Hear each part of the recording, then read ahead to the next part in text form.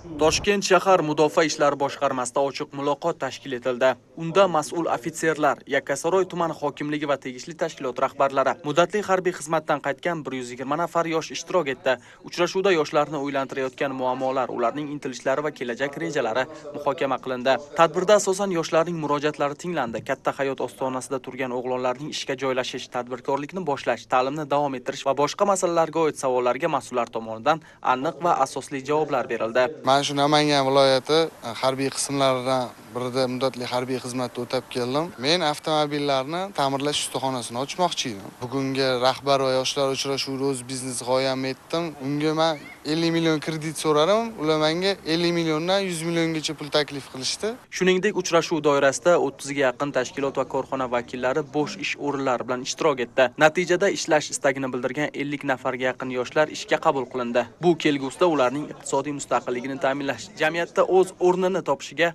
xizmat qiladi.